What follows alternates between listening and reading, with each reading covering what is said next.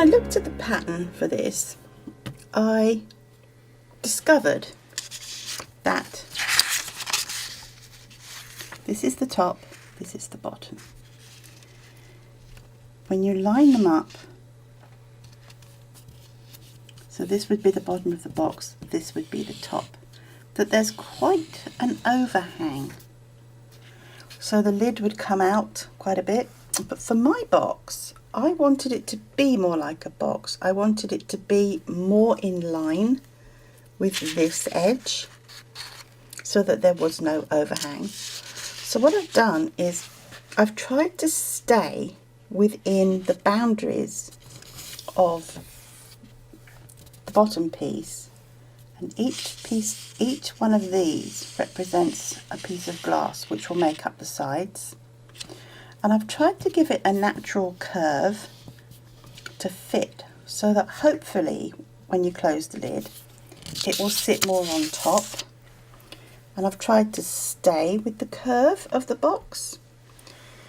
For my lid I was going to do this, and each of these will be a different piece of glass, but if I'm going to make this not hang over the edge, I think I've got to redraw some of these because they will come in awkward spots. So that's my first challenge. My second challenge is, if I go changing the dimensions of the top to more or less match the base, I am also going to have to mess around with anything that's a side, like the back and the front and all the little pieces of glass that will go around the outside of the piano. So I may have opened up a can of worms for myself, but since I want it to be more, the top to be more flush with the bottom and the sides, that's what I'm going to do. So for better or for worse, that's what I'm about to take on. We will see. So I've reshaped the top to match the bottom, and now when I put my pieces in,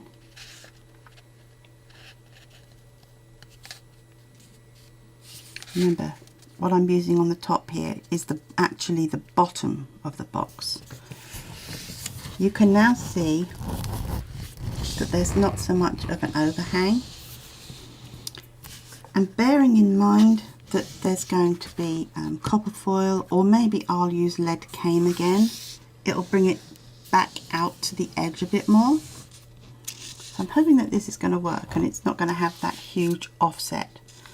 Okay, so now that I've done that and I've got my new top shape,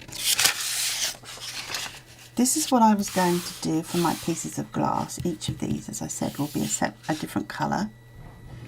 So now my centre line is off, and I put my new configuration on, I've drawn around the outside, but as you can see, some of my pieces of glass now won't look as good, so I'm going to redo this with the smaller version of the top to match the base. So for my piano, I'm just going to use 4 colours. I'm going to use this really nice green, this sort of cranberry red, which is nice, a little bit of streaky yellow,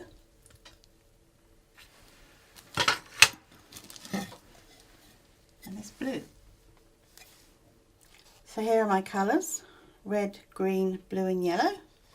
This is the pattern I've chosen. I know it looks complicated, but since they're all the same width, it shouldn't be too bad.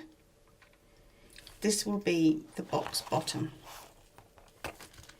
So what I've got to do now is stick all my colours on the right sheets of glass and then get cutting. So I've got my piano pieces done. There's my glass.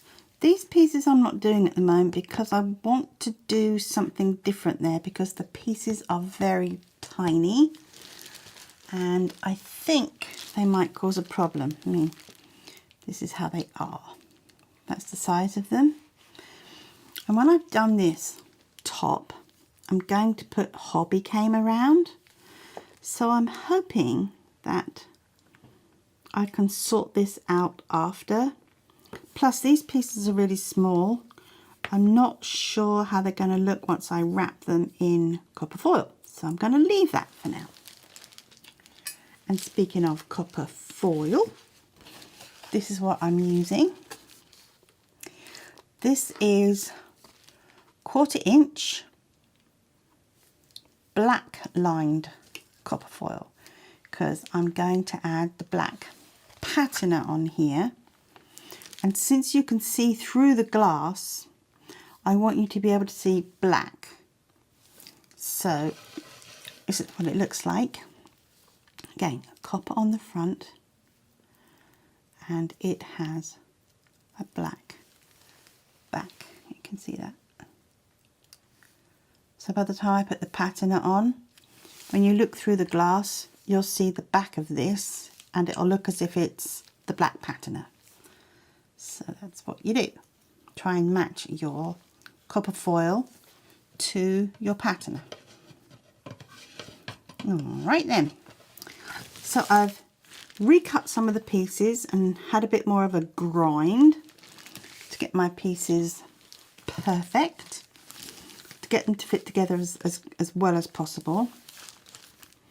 And I've cleaned them very well with isopropyl alcohol. And now the fun bit, wrapping them in copper foil.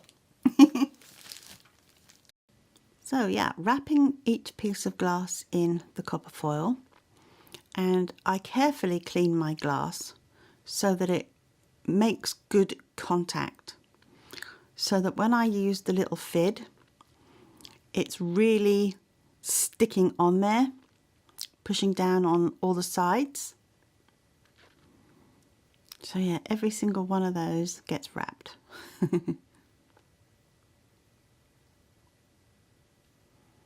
Just continue till they're done. Alright, so when I was cutting my pieces of glass, I was talking about these last 4 pieces on the end here, which are so ridiculously small that, you know, putting copper foil on them would be just silly. So what I thought I would do is, since this is going to be a blue piece of glass, just extend that, because I'm going to put lead cane on here, and by the time the lead cane comes around, I mean, it will look a little bit bigger, but I think it's better than having that. I have been fiddling about with this a little bit, because I found that there was a little bit of glass here that didn't look right, and oh, a little bit of glass there, it doesn't look quite right, and oh, now that bit's off. And I had to stop, because otherwise I was going to end up doing the whole bloody thing. So I've stopped fiddling with it now. I'm just going to put it together and hope for the best, and hope that that little extra bit on the end there doesn't look too out of place. But since it's on the very edge and it's not right smack in the middle of the design, I think it'll be okay. We will see. Okay. So here I am, just putting on little bits of solder to tack it all in place. This makes it really easy. And solder off, and just I've turned it over, and now I'm fluxing the whole thing, ready for the beading process. And this is what gives it that nice bumped look, makes it look tidy. And more foil wrapping. These are the sides. There are 8 pieces of side.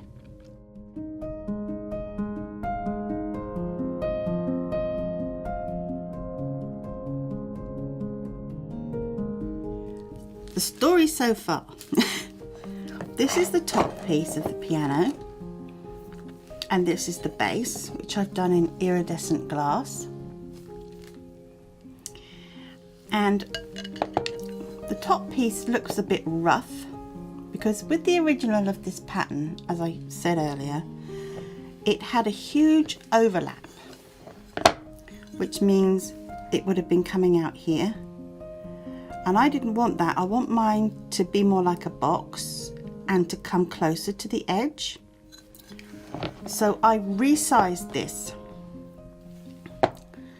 so that now, I don't know if you'll be able to see this. This will be the bottom and this will be the top behind it. You can see that there's not much overlap now. It's pretty close to the actual dimensions of the base, so that when the lid is closed, it will more or less be in line without that huge overlap. So that's why I've left the lid a little bit rough. I'm going to put this through the grinder and cut it down to the same more or less size as the base. And where you see I have done copper foil around the outsides, I'm going to put the lead cane on. So we'll see how that goes. At the moment, as I said, this is the base. And these 8 rectangles here, probably again not easy for you to see, but there are cutouts around the outside, and these will be the sides of the box. So they will go around the outside like so, all the way up to here. And then I'll have to put on a back. I'm not quite sure what I'm going to do in glass for that yet. And the front will be another design. So hopefully it will all come together. Now this is going to be tricky because when constructing this, these don't go together like that. They don't go side by side. They go at an angle like that. And that's how all boxes are constructed, with an angle.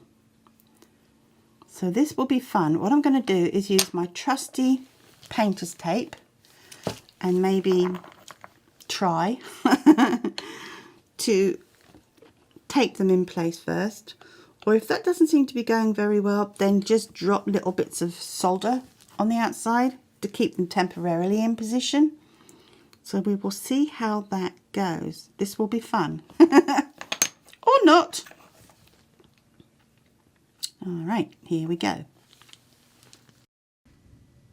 Yeah, this was very tricky, trying to get the glass in position and then lift up the painter's tape. And because these, I mean, these little pieces of glass, they look quite small, but they are heavy. And yeah, it didn't work so well, because every time I pick up the base, they would flop over. And then I would have had to have put painter's tape on the side. Yeah, it was just too complicated. So I found a better way of doing that.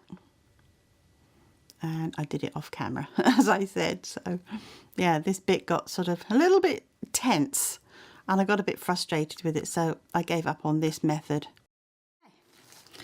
So, as I said, this was very difficult to do on camera, so I didn't do it.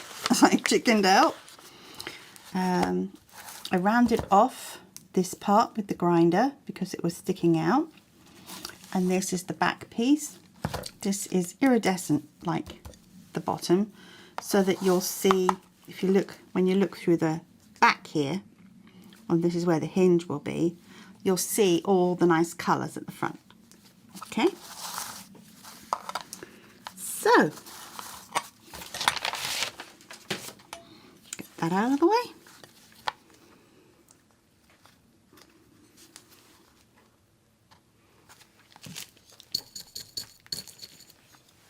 Put some flux on it, get it level at the back.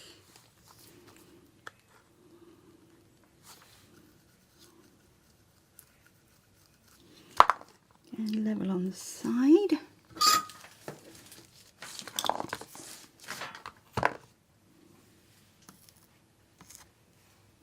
Tap that in place.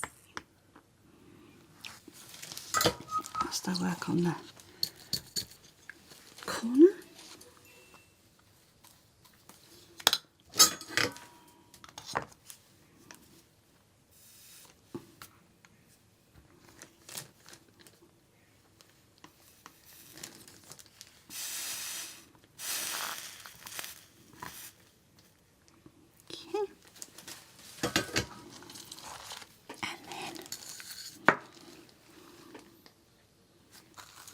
tack it in place, I think,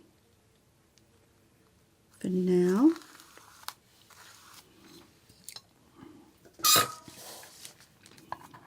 Until I'm sure that everything's going to come together okay.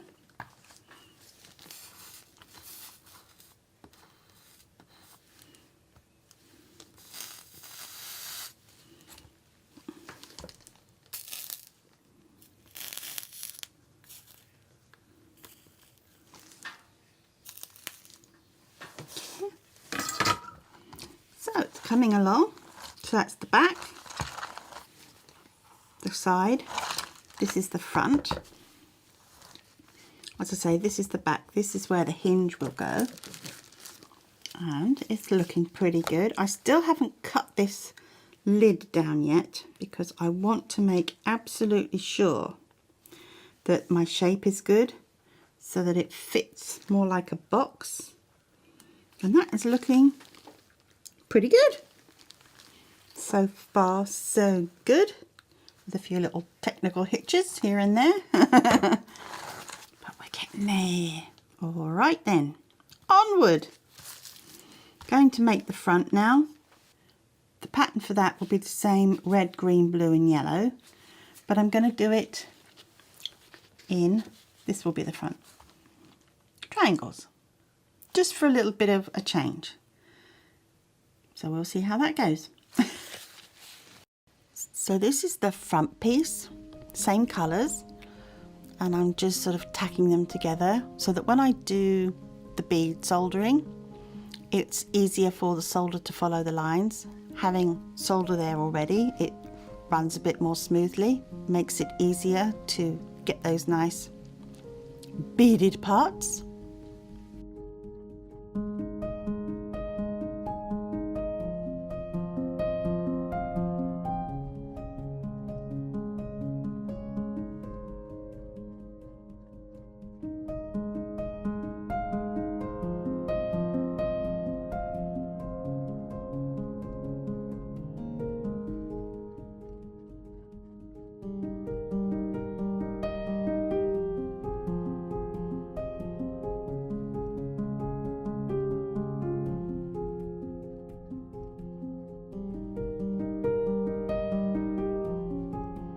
This is my progress so far. I have ground down the lid so that I have more of a curve in there. I've cleaned it up. I've done the front in the same colours. I've soldered it all on.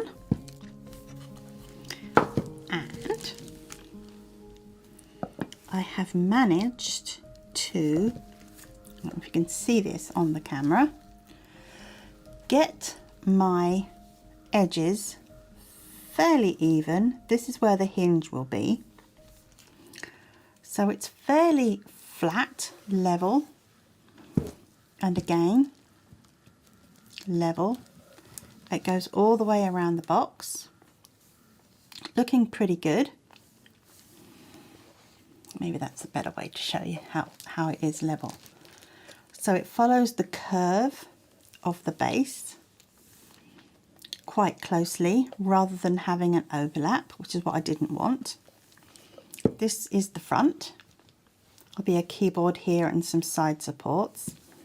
I think the next thing I'm going to do, because I think it'll be easier to do it now, is to put the lead cane around here and around the outside before I do anything else, because I've still got to do the keyboard on the front and a side panel on each side, and then there are also going to be legs on the bottom too.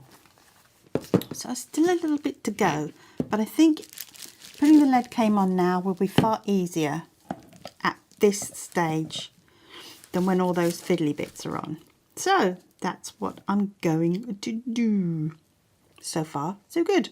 And I've also taken off the copper foil around the edge here so that the lead cane can fit more snugly on, and that's what I'll be doing tomorrow.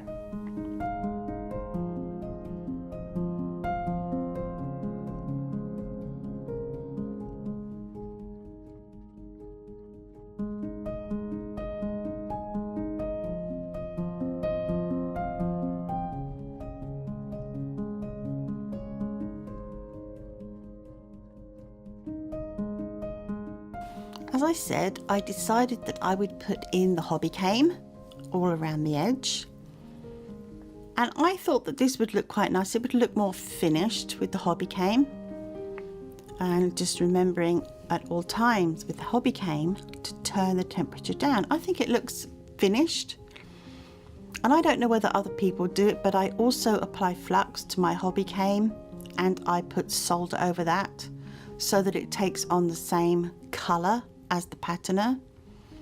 I also find it very useful to just chop up little bits of solder so I can just drop them in position when I'm doing this hobby cane, because you have to cut each little piece and that can be tricky, but once the solder's on there it looks really nice. So I think this is going to be something that I'm going to use a lot, and all I'm doing here is taking off excess solder so that the hobby cane sits nice and flat on the project.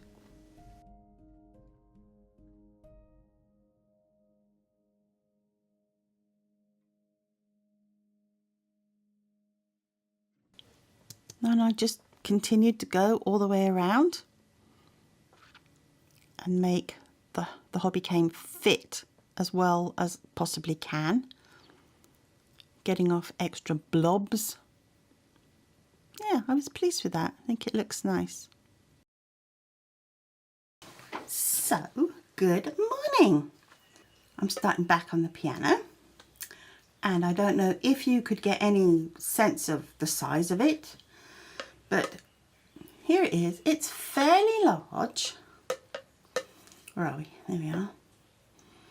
I mean, here's my head. You know, it's fairly large. It's fairly deep. And when I finished it, I think what I'll do is I'll weigh it, because it's getting pretty heavy. I have to put the hinge on. So this would be the back. So I have to put the hinge on here. And I have to put the keyboard on. And there are some things that go up the side as well, and feet, of course. So I'm going to continue with that today. Maybe it will be finished, maybe not. Has been a bit of a challenge, I must say. I don't think it's because of the pattern itself.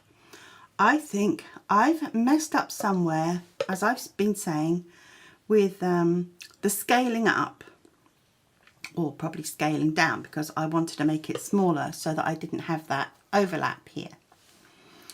And any problems that arise with this are probably down to moi.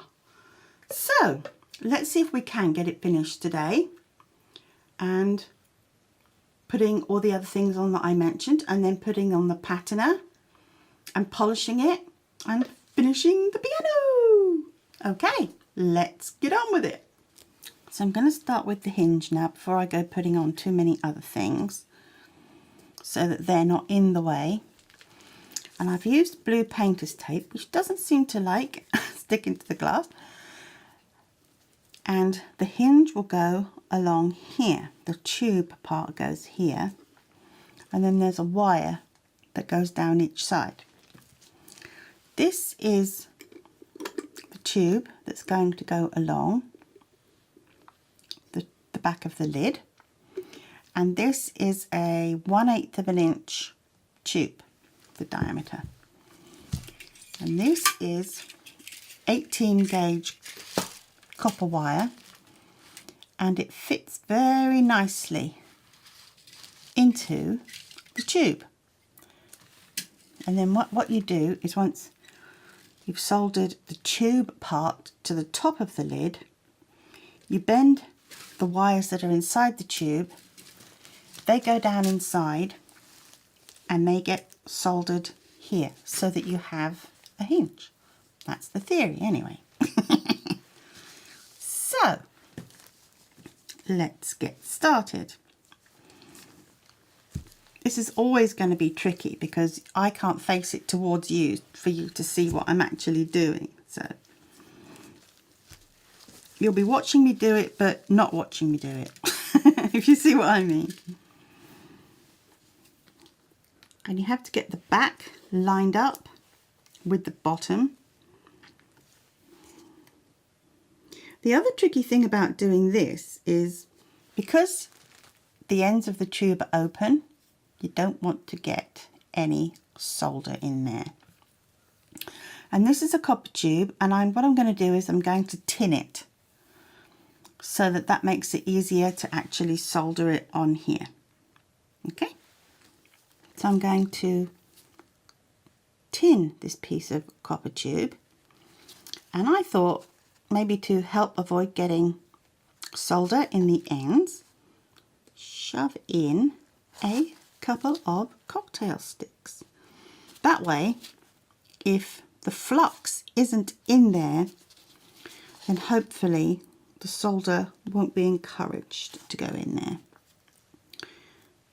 Okay, we will see if this works. Right.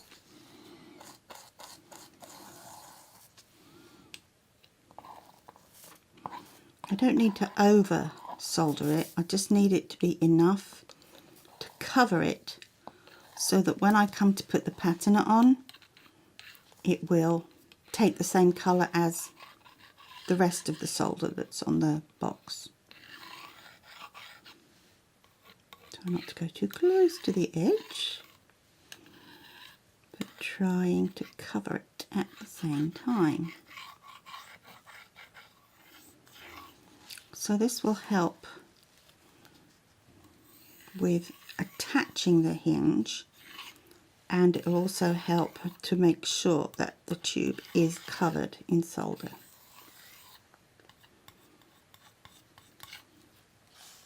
For the patina, being careful not to put it in the hole.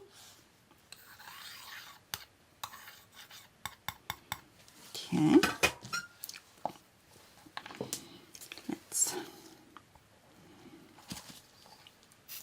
Take off some of that on the end there.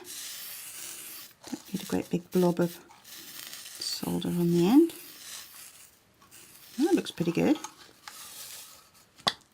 Smooth that out a little bit. Okay.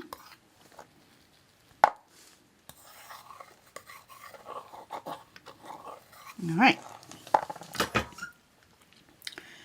Now the copper wire that I've got to go inside there is 18 gauge, as I say, because it goes nicely inside the 1/8 of an inch tube. And this is pre-tinned copper wire. Now, you don't have to have pre-tinned. This is what I've got at the moment. But it will have to be soldered to the box, so I guess it doesn't really matter. All right. And now the fun begins. As I say, I can't turn this to you for you to see, otherwise I won't be able to see. So I'll just have to take it on faith that this is what I'm doing. So this tube goes along this, and that is the top part of the lid. Okay.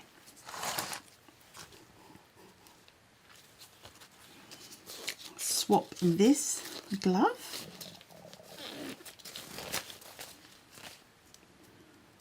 See if we can, if that's cool enough yet. It might also be an idea to wipe it down a little bit. Oh, something else. You'll find getting yourself a pair of heat-resistant gloves will be a very good piece of kit to have, because obviously anything you put the soldering iron on gets extremely hot.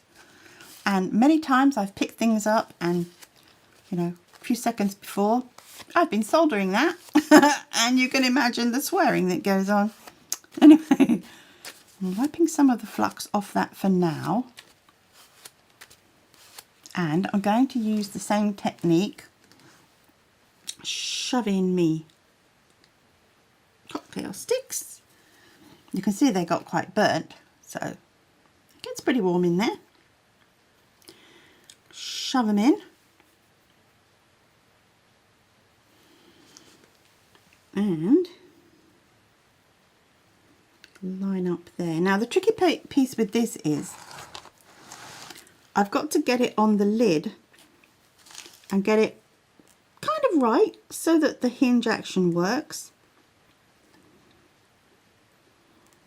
So let's go for about here. Let's just tack it in place for now, I think. At least if I do that, I can unsolder it if it's not in the right place.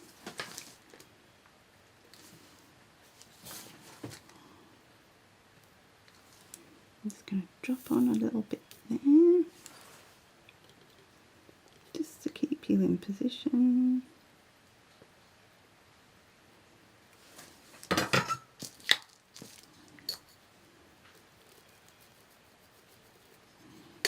Without closing up the holes.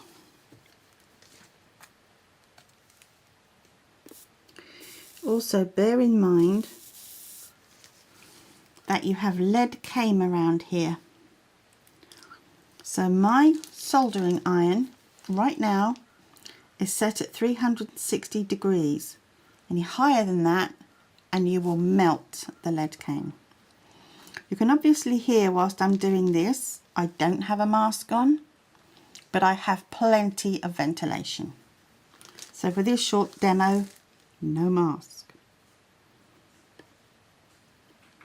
So just going to try to get this in position and then see what that looks like.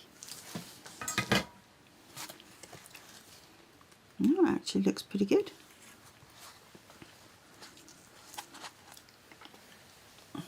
This is what it will look like. So you can see it's soldered to the top part, which is the lid, and then the wires that go through the tubes will go down each side here and you'll get a hinge. Okay? Theory. We shall see. Right, what I'm going to do, I think, is take out the little bits of stick. And I find it sometimes very handy to just chop off small pieces of solder so that you can pick them up with the soldering iron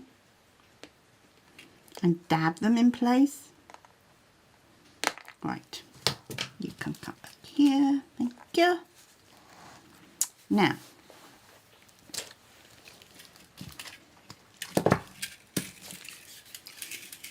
this is the wire.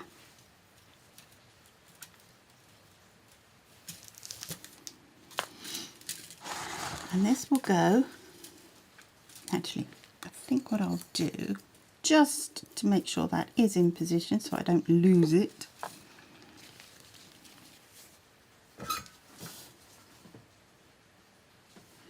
is just to make sure there's a little bit more security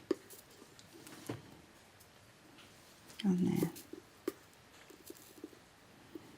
Okay, I'll tidy that up later, but for now,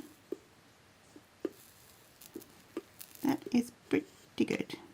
It just helps me get it in position. All right.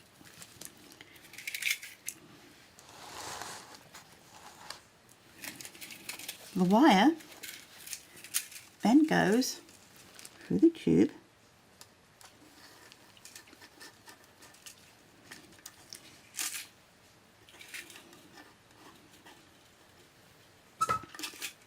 I'm just going to cut this because let's get that out of the way. Okay. It goes through the tube like that. This is the front, this is the back. And then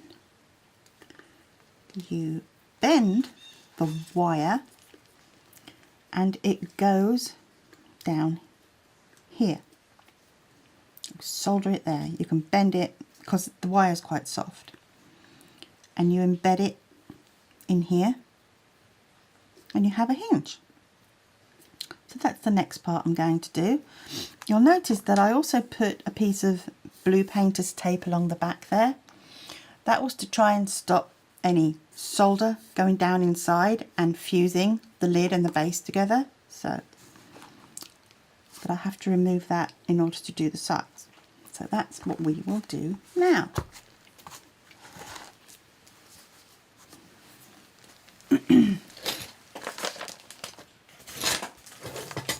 You know, I tend to work in a very cluttered fashion.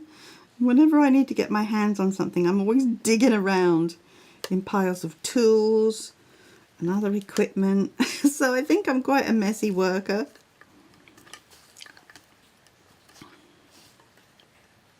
Disorganized.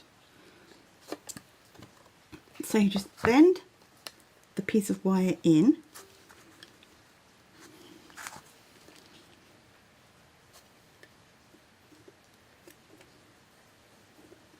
Nice angle on that.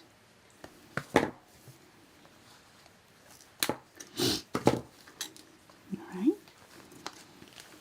And I'm going to straighten that up. As I say, that the copper wire is quite soft, so it's easy to bend it. And making a hinge in this way doesn't put a strain on the copper wire because it's inside the tube.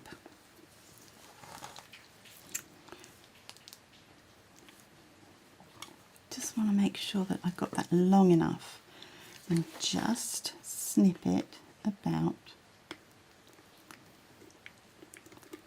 there. And then do this other one as well.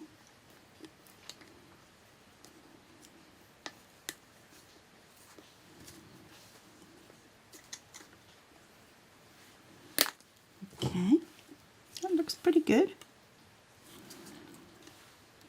I think what I'll do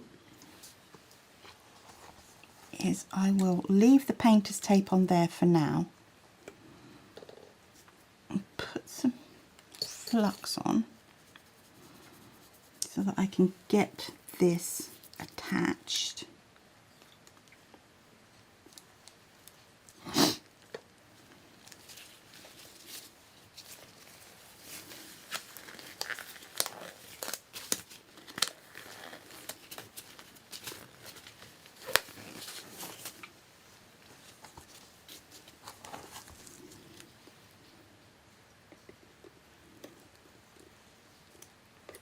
Straighten that out a wee bit.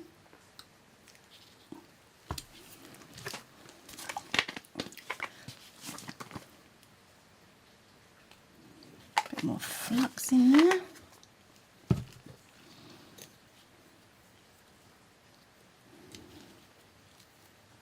Okay, bend that in towards solder.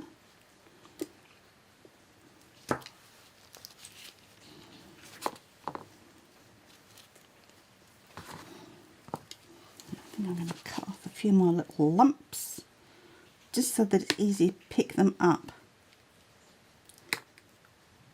to kind of tack solder everything in place. So I just snip off little pieces that are easy to pick up.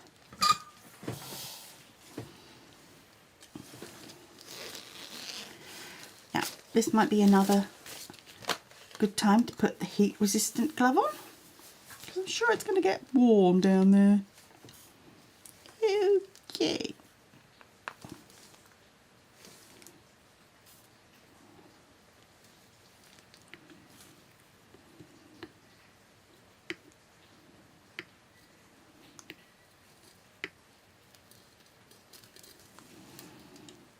All right. Now what I'm going to do is I'm just going to drop these pieces of solder on, just to make some contact and get that in place. And then I will make it so that the solder can't run.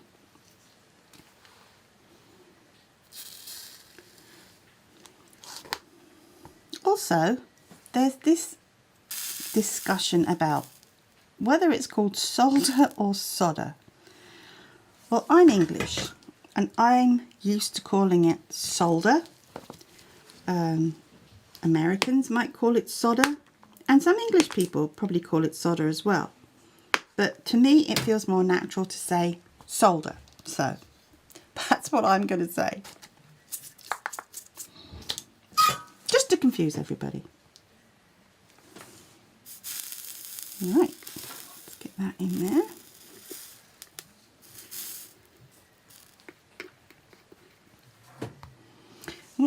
What I'm aiming for here is to get enough solder on to bury the wire so that you don't see it. It looks part of the design. Okay, I think that's pretty good. Well, let's see. Take off. Well, no, maybe I'll leave that on. Let's see if I can remove this piece. Since it's covered in flux, it's helping to get that off. Push that in a bit closer. Push that in a bit closer. Right. Again, try not to get it in the ends of the tube. Being very careful. If you keep the flux away, then that will tend to help as well, because solder likes to go where the flux is. So if you try to keep it out of the holes, there's a better chance of not putting solder in the tube. Alright.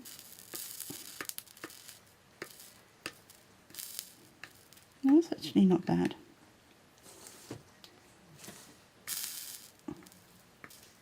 Alright.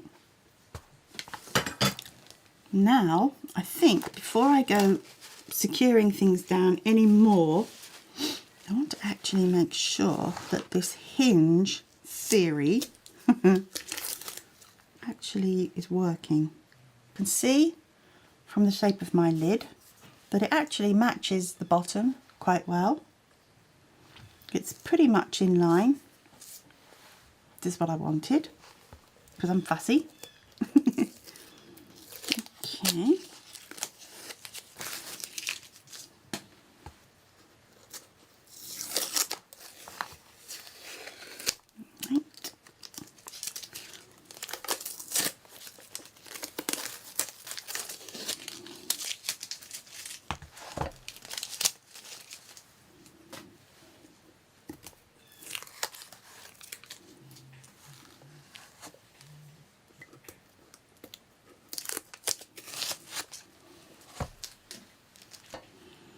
So I've taken off the tape,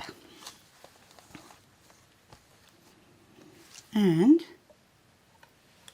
yes, we have a hinge.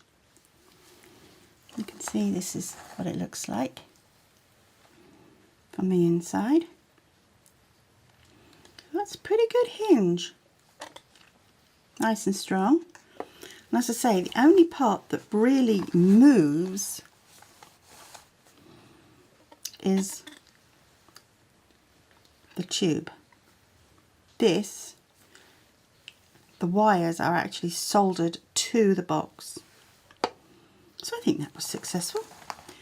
I'm going to go ahead now and solder on the tube a bit more securely. Again, I'm going to try not to put too much flux on it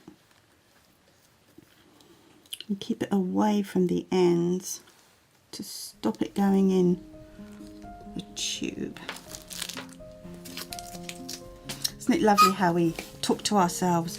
This is the theory, and usually disaster sets in and you cock it up completely. But I do tend to do a lot of things talking to myself, Trying to sort of reassure myself, yes, you can do this. You have it. All right. Now again, remembering that that's lead cane. The soldering iron is still at 360. Don't want to completely melt everything. My goal here is just to get enough solder on all the way along.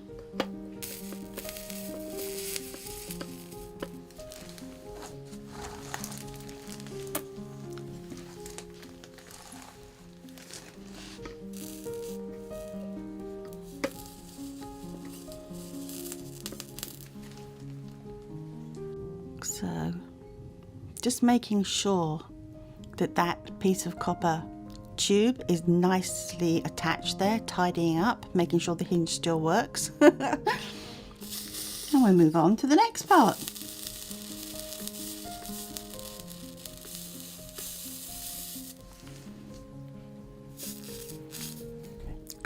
So I have finished the hinge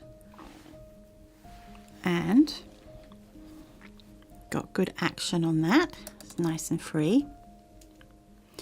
Now with this project, the instructions say you need a piece of wooden dowel to keep the lid open, but I've made my own little foot or leg I suppose you would call it, so that it will keep the lid open, and it's made of metal so that I can put the black patina on it like the rest. And all I did, I'll show you close up. It's a piece of copper tubing that's a bigger size than the 1/8 of an inch that I used on the hinge. It's wide enough to put a piece of 18 gauge wire, bent double, bent in half, and then put that inside the tube like so, and then I bent it to make a little foot. So if you can see, that's that.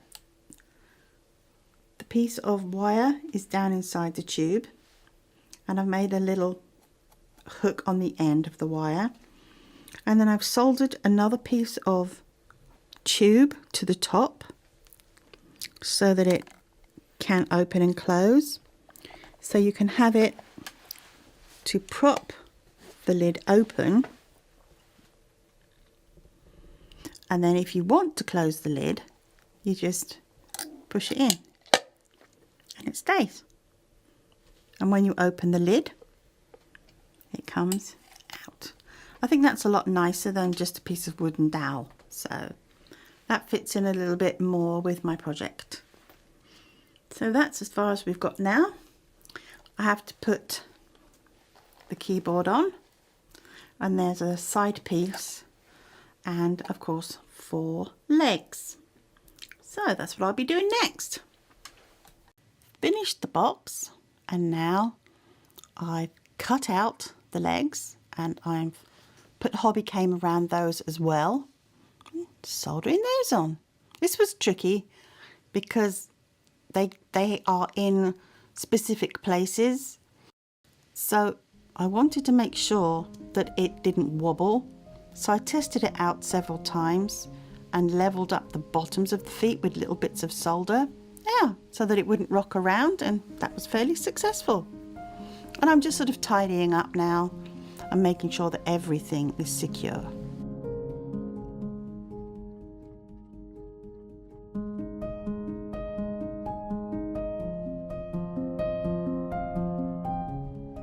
And because I'm handling the lead so much, I invested in some of this body soap to help negate the effects of lead.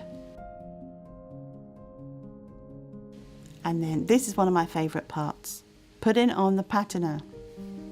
And I used a little brush to rub it in, and my hands. Remember, with this stuff, always wear a mask and gloves because it's highly toxic and it's corrosive, and you don't need to breathe this stuff in. This is one of my favourite parts because as soon as that patina touches that lead solder, it just changes colour instantly. This is another good reason for really cleaning the project. And there's the finished project. I also used my Cricut to print a little keyboard.